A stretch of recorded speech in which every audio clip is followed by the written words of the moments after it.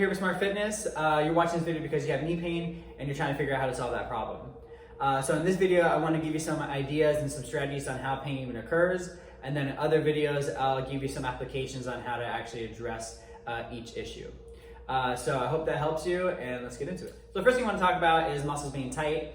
And that can happen for many different reasons, but a lot of times it can just occur because we're just working them out too hard, whether you're running too much, squatting too much, doing too many lunges, anything like that.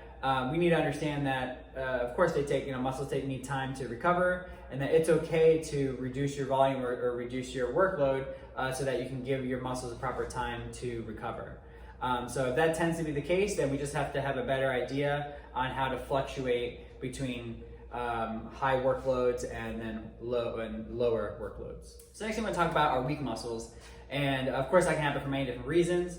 But what's important to understand is that knee pain can be caused by other surrounding muscles that are weak, causing other muscles to become more tight or hyperactive. So we can talk about maybe something less obvious and say the muscles in the shin are too weak, and that might make the calf muscles have to work harder.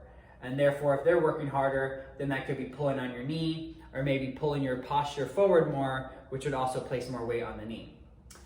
So again, understanding how knee pain works with weak muscles so that we can ultimately overcome that. So the next thing we talk about is the structure of the body. Now, of course, there are many things that influence that or that consist of, such as like bones, tendons, ligaments, muscles, things of that nature. But just to narrow it down a little bit, we can look at just the alignment of the body. How do the hips align with the spine? How does the hips align with the knee? Things of that. And of course, if the alignment is bad, then that can end up contributing to knee issues. The next thing we can talk about is maybe chronic inflammation. So maybe we ignored chronic inflammation, or maybe we ignored inflammation and then it became chronic, and then maybe that has contributed to some type of degeneration in the knee.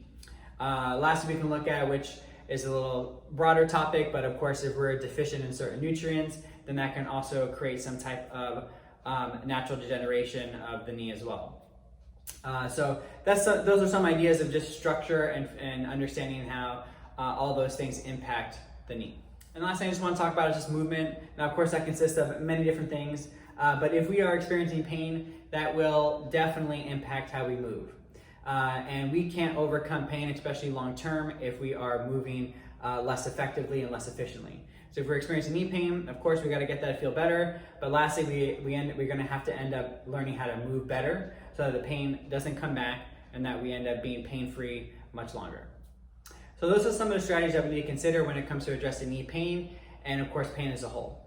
So definitely keep your eyes open for my other videos addressing knee pain. And of course, if you have any questions or anything, feel free to reach out anytime.